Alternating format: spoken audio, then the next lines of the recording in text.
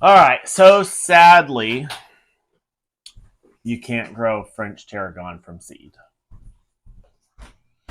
But luckily, I found a solution for zones 5 through 12. Russian tarragon. Bam! I know. We all hate Russia, blah, blah, blah. I don't care about that. I just want the tarragon. Before we get really super serious, I just had to put it out there that I learned today that tarragon is actually a French word that means little dragon, because back in the day they thought that tarragon would heal snake bites, poisonous snake bites. I'm all about testing stuff, but I'm not going to go get bit by a rattlesnake just to tell you guys if tarragon will heal a snake or not, poisonous snake bite or not. So that's for someone else with bigger set than mine. You know what I'm saying? Bigger tarragon seeds than mine. Sorry. All right, so tarragon actually grows well in dry soil, so it prefers more of a drought tolerant. It's more drought tolerant. But when you're germinating, you want it to be, of course, moist as per usual with any other seed, and it takes about 7 to 14 days for it to germinate.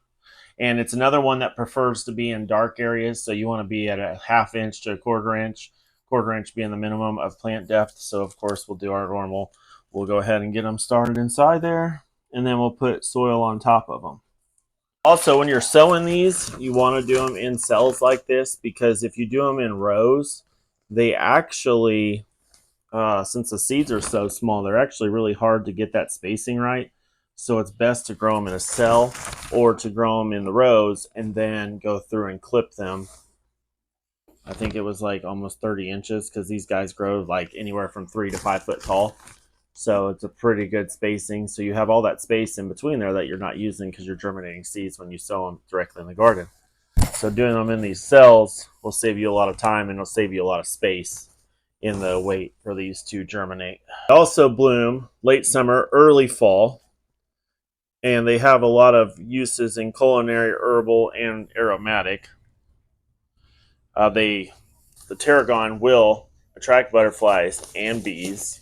And then the great news is, yet again, because I like plants that do it, it will deter deer through the aromatics and so on and so forth. And also it'll deter other insects. So you're getting a really tasty plant that you can cook, and you're getting a plant that's a natural pesticide and deer repellent. And then in the summer early fall, you get really pretty little blooms. So I think that's a win-win all the way around, if you ask me.